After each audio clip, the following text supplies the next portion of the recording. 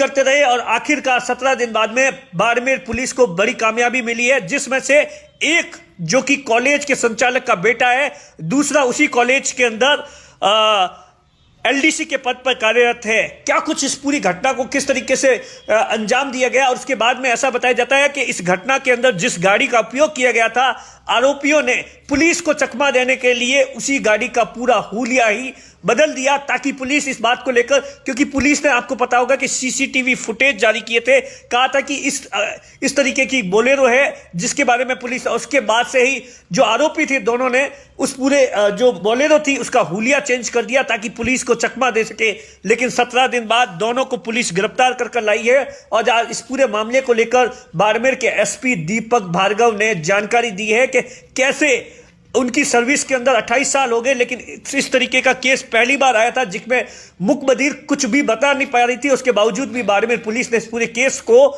Solve कर दिया है। क्या कुछ पूरी जानकारी है, सुनिए बाड़मेर के एसपी दीपक भार्गव से। होते हुए तकनीक के आधार पर, आसूचना के आधार पर 2 युवकों को इस घटना में सम्मिलित होना पाया। उनको हमने दस्तयाब कर लिया है, उनसे पूछताछ करी तो उन्होंने अपना जुर्म स्वीकार कर लिया है। घटना के पश्चात वो फरार हो गए थे, एक गाड़ी थी उनके पास में, उस गाड़ी में वो फरार हो गए थे और उन्होंने अब इतना समय बीतने पे उस गाड़ी का भी हुलिया बदल दिया है। उन्हें अपने तरीके से, अपने इशारों से और हमारी टीम ने ढूंढ के खोज के निकाले तो लगभग 15 से 17 लोगों को हमारे संदेह के दायरे में आए। उनको बुला के सबसे पूछताछ भी की गई तो उनमें कड़ी नहीं बैठ पाई। कईयों के सीसीटीवी फुटेज कहीं और थे, कईयों की लोकेशन कहीं और थी, तो 15 से 16 लोगों से ये पूछताछ कर चुके थे। उसके बाद में 2 अन्य युवकों का, इन युवकों जिनको गिरफ्तार किया है, इनका सुराग लगा और फिर उनको पकड़ा गया। सर, ये आरोपी की क्या प्रोफाइल है, क्या करते थे ये लोग? इनमें एक युवक है सुनील, उसके पिताजी की तो आईटी कॉलेज है, और दूसरा आरोपी है भजन लाल, वो अभी एलडीसी हैं। बाकी और पूछताछ चल रही है। अभी तक की जांच में ये पता चला है कि सुनील ने इस पूरी घटना को अंजाम दिया और उसकी मदद के लिए बोलेरो गाड़ी के अंदर भजन लाल बैठा था, और जब भजन लाल ने देखा कि कुछ लोग आ रहे हैं तो उसके बाद में ऐसा बताया जाता है कि भजन लाल ने गाड़ी का हॉर्न बजाया और वहां से दोनों फरार हो गई। ऐसा बताया जाता है घटना के बाद में पुलिस ने इस पूरे मामले को लेकर कई तकनीकी टीम गठित की थी और जिसके बाद में जो घटना के हर बारीकी एंगल्स पर जांच की, तब जाकर कड़ी से कड़ी खुली और इस पूरी घटना का खुलासा हुआ है।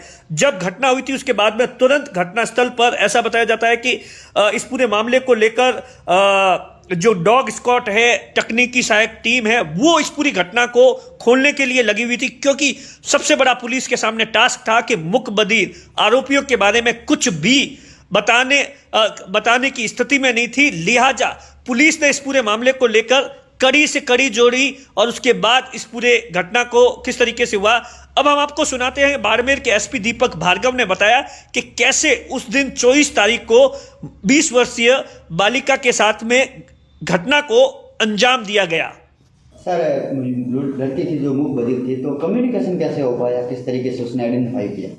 देखिए, अमूमन जो मूक वगैरह होते हैं और उनको कोई औपचारिक शिक्षा मिली होती है तो साइन लैंग्वेज के मार्फत वो लोग लगभग सामान्य वार्तालाप तक पहुंच सकते हैं। मतलब जैसे अपन बात कर रहे हैं तो वो लगभग सामान्य वार्तालाप तक वो पहुंच सकते हैं। परंतु इस लड़की के साथ दिक्कत ये थी कि इसको औपचारिक शिक्षा ना तो लिखा पढ़ी पूरी मिली है, थोड़ा बहुत लिखना जानती है, और साइन लैंग्वेज में भी जो मूक बधिर की साइन लैंग्वेज होती है वो इसको नहीं आती। तो जैसे आप और मैं भी किसी भी चीज़ का इशारा करके बात करें, उस तरह से बात करती थी। इस वजह से काफ़ी कठिनाई हुई। इन्होंने दरअसल घटना के बाद से ही लगातार बीजेपी से लेकर दलित संगठन लगातार प्रदर्शन कर रहे थे, आरोपियों की गिरफ्तारी की मांग कर रहे थे। लेकिन बाड़मेर के एसपी दीपक भार्गव का कहना है कि जिस तरीके से इस घटना के बाद में हमारे पास में जो पीड़िता थी वो कुछ बताने की स्थिति में नहीं थी, इसीलिए कम से कम 15 से 17 दिन लगे। लेकिन हमने आखिरकार हमारी जो एडिशनल एसपी से लेकर जो साइबर टीम है, जो थानाधिकारी की टीम है, उसने इस पूरे मामले में बड़ी कामयाबी हासिल की है। और अब मैं इन सब जो पूरी टीम है उसके लिए डीजीपी को लिखकर इन्हें सम्मानित करवाने के लिए भी जरूर दरखास्त करूंगा।